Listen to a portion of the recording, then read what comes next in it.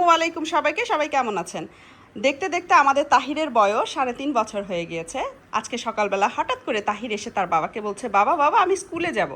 বাবা তো অনেক খুশি হয়ে গেছে। তো বাবা তাড়াতাড়ি করে তাহিরের জন্য স্কুলের সব কিছু কিনে নিয়ে আসছে, সাথে স্পাইডারম্যানের এই ড্রেসটাও কিনে নিয়ে আসছে।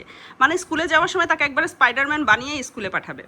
তো তাহিরের বাবা তাহিরের জন্য কী কী জিনিস কিনলো, এই বক্সটা, পেন্সিল বক্সটা একজন ভাইয়া গিফট করেছিল তালহাকে। তো স্পাইডারম্যান দেখে তালহা তাহিরকে দিয়ে দিয়েছে, যেহেতু তাহির স্পাইডারম্যান খুব পছন্দ করে।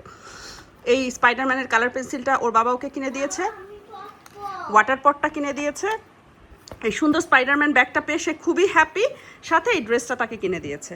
তো আপনারা জানাবেন ওর এই প্রথম স্কুল জীবনের সব কিছু কেমন হলো।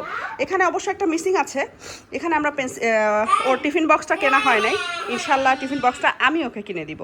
তো সবাইকে থ্যাংক ইউ সো মাচ। ও আমাদের এই ভিডিওটা যদি ভালো লেগে থাকে তাহলে লাইক এবং কমেন্ট করবেন। Thank you. আসসালামু আলাইকুম সবাইকে।